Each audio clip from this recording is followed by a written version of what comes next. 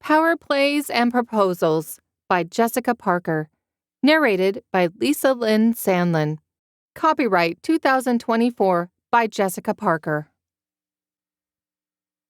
Chapter 3. Leah. I walked through the dirty gray slush that matched the clouds above as I drank my drink on the way to the salon. After getting my cosmetology license, getting a job at the salon hadn't been easy. But as much as I liked Maria in the bakery, that was her dream. I loved helping people feel beautiful and look their best. The cut the salon took meant I broke even more often than I walked away with money. But I was still growing my client list. With all the holiday closures, I really hoped for a lot of walk-ins so I wouldn't need to worry about being evicted. Barely 2 steps inside the salon, I took off my hat and stuffed it into my bag. "Leah!" I snapped my head in the direction of the stylist calling my name. Charlotte had quickly become my best friend at the salon. We'd bonded when she'd seen the latest Ella Glass novel fall out of my bag and had sent me a couple of clients when she was overbooked. She and her client were the only ones in the room. "After you get your coat hung up, can you grab the toner for me from the back?" she asked. "I accidentally left the bowl on the counter." I smiled. "Sure thing." There was a small break/laundry room for us to keep our things in and wash towels.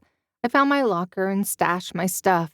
I looked at the corkboard above the coffee maker, looking for an envelope with my name on it. That would mean I had a check. Until I saw that amount, I wasn't sure exactly how much I needed to earn this week. There were no envelopes on the board for me or anyone else. Spotting the black bowl next to the sink, I picked it up and hurried out to the front. Charlotte thanked me and continued to work the toner into her client's hair. Her client scrolled on her phone, and I reminded Charlotte about the book she needed to read for book club. "We had a call in earlier. She said nothing fancy, just a cut for her daughter before school starts back up. I put her on your books as you had the only opening." "I can do that," I smiled. "Did she indicate if it's a trim or a major cut?" "She said she wanted the kids' hair really short." I didn't like the sound of that. Depending on the girl's age, super short hair didn't get asked for, but I also needed a paycheck badly enough that I couldn't afford to decline a client based on a gut feeling. "I didn't see checks on the board. Do you know if they were put somewhere else?" I asked. "The boss should be in late." Charlotte rolled her beautiful toffee-colored eyes. "She decided to go on a last-minute vacation to the Bahamas last week, so fingers crossed she's back." In the few months I'd been here, I'd discovered the boss took a lot of vacations and wrote a lot of late checks as a result. On more than one occasion, my weekly promised check had been delayed while the boss caught up on paperwork from being gone. Checks should have been posted to the board Friday. As Charlotte focused on her client, I took the opportunity to get my station ready and unpack all the things from my rolling stylus case. It didn't require much, but I fiddled with it until everything I needed to cut, color, curl, or style hair was exactly where they were supposed to be. I spun the black chair in front of the big square mirror and realized I had terrible hat hair. When I'd pulled my hat off earlier, I hadn't realized that pieces of my red hair had come free from the braid and were now shooting in different directions like fireworks. I grabbed my comb and some gel and smoothed the pieces back into a presentable position. I preferred to wear my hair free, but there was a lot to be said about having it out of the way. Hair fixed, I glanced hopefully out the glass windows at the front of the salon. Rain had started pouring down from the gray sky. The foot traffic wasn't heavy when I'd walked over earlier, and the dreary weather meant the likelihood of a walk-in was low. I checked the computer and found my client wasn't supposed to be in for another 15 minutes, so I worked on straightening the sitting area by the windows where clients waited for their turn or parents waited for their kids' haircuts to be done. It was a simple area with a water cooler and 2 chairs and a love seat by a low coffee table topped with magazines. The magazines ranged from politics to celebrity gossip rags. I noticed one of the magazines had a picture of Mr. Hockey on it. and I picked it up curiously.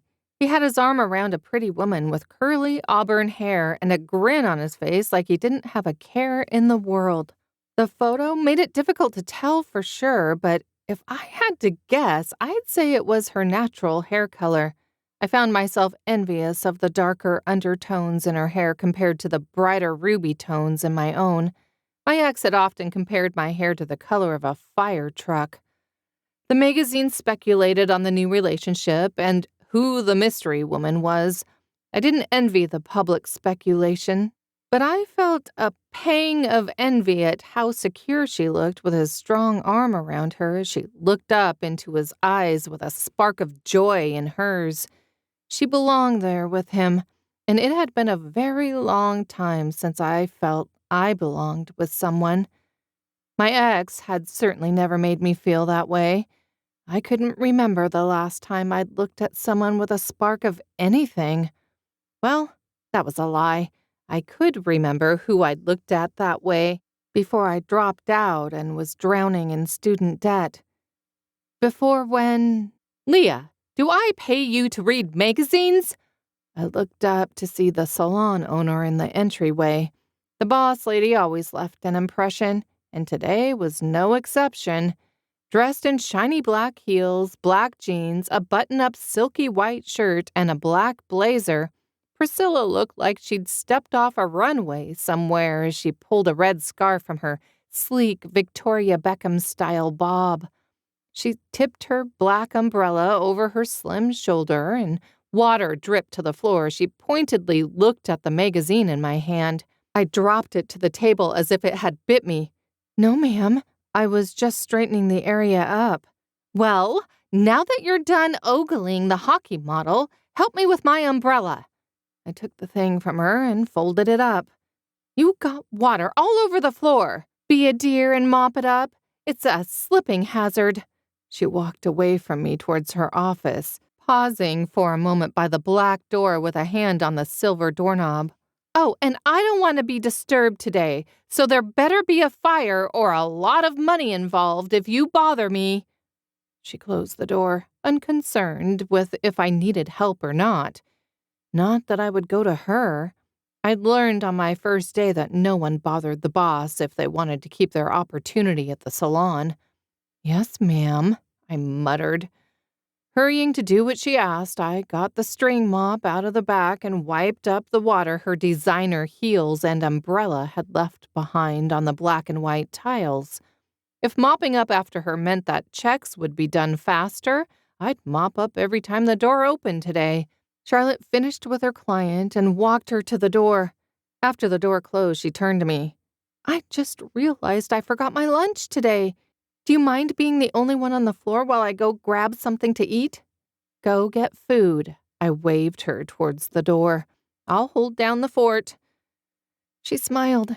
"You're a peach. I was afraid I wouldn't be able to eat until I got home. Oh, and I was totally ogling Mr. Hockey earlier today, but I'm glad it wasn't me the boss caught." I couldn't help but laugh. "Yeah, but you know he's probably got a model girlfriend or something." Shaking her head, she spouted out, "He doesn't. I read the interview. He's single." "Then what's wrong with him?" I asked. "One of these days, we're going to have a girls' night, and you're going to spill your guts on why you are so against dating." "I'm not against it. I just don't want to waste time on dating frogs. Is it too much to want my own Prince Charming?" Charlotte had been after me to spill the details of my breakup, too, but I knew as soon as she and Maria joined forces at book club, there was no way I'd get out of sharing. Better to talk about Mr. Hockey than Ted. She sighed dreamily. "Well, if Mr. Hockey were to waltz in here and ask you to dinner, you'd better let him." "Fine. If Mr. Hockey ever asks me out, I promise to say yes." I couldn't help but roll my eyes at the idea of it. There was no way a guy like him would ever be interested in a girl like me. "Go get your lunch." I shooed her towards the door and finished cleaning up the water on the tile. I'd only stepped out of the break room from putting the mop away when the front door opened and a girl who looked to be about 11 in a pair of white sneakers jeans that looked like they were getting a little too short, and an oversized lavender Taylor Swift hoodie eagerly bounced in.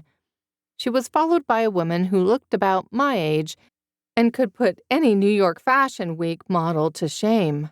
While my boss had a slick edge to her fashion, this woman looked elegant in her creamy cashmere sweater, tailored tan pants, and matching raincoat.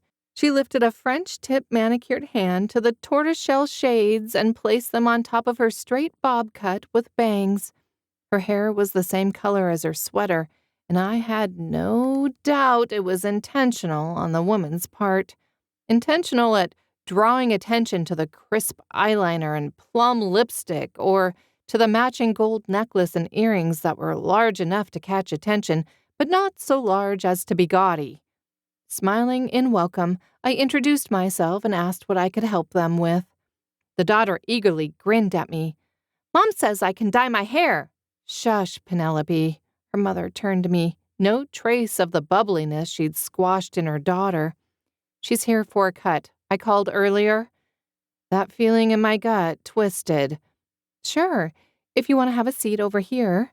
I pointed to the seating area. "Penelope, why don't you come and have a seat in my chair and we can discuss what will make the both of you happy?" Her mother let out a sound of disgust. "There's no reason to talk it through. Give her a straight bob like mine." Her daughter had long blonde hair pulled into a ponytail that fell more than halfway down her back. "I don't want a bob, Mom." "Fine, a pixie cut then." "Mom, you said I could dye my hair." The mom sighed and waved me away. "Give us a moment, could you?" I nodded and backed away to my station. Situations like this were part of why so many stylists hated doing kid cuts. Often the kid wanted something a parent didn't approve of, and the stylist ended up caught in the middle. Instead of one client to please, there were two, and it was a delicate balance to please both when they had opposing ideas.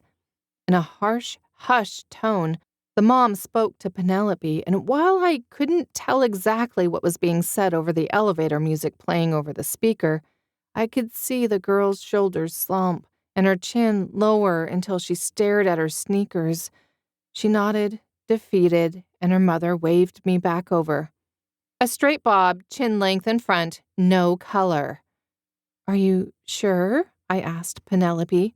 "A bob is a pretty drastic change. We could do—" The mom cut me off. "If I wanted your opinion, I'd ask." "I completely understand that. How about I show Penelope a few pictures to help her find a style she likes?" Rolling her eyes, she sighed.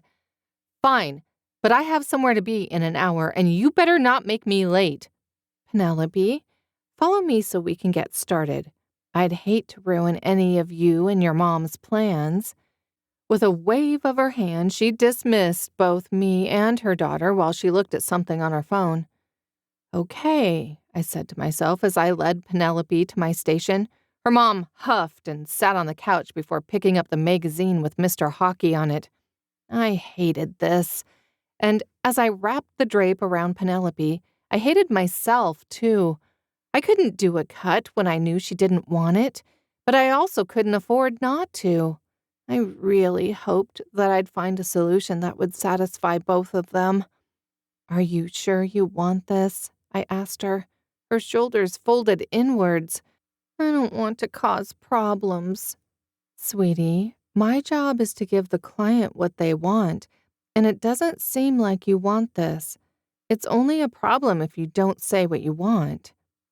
"What if what I want makes my mom mad?"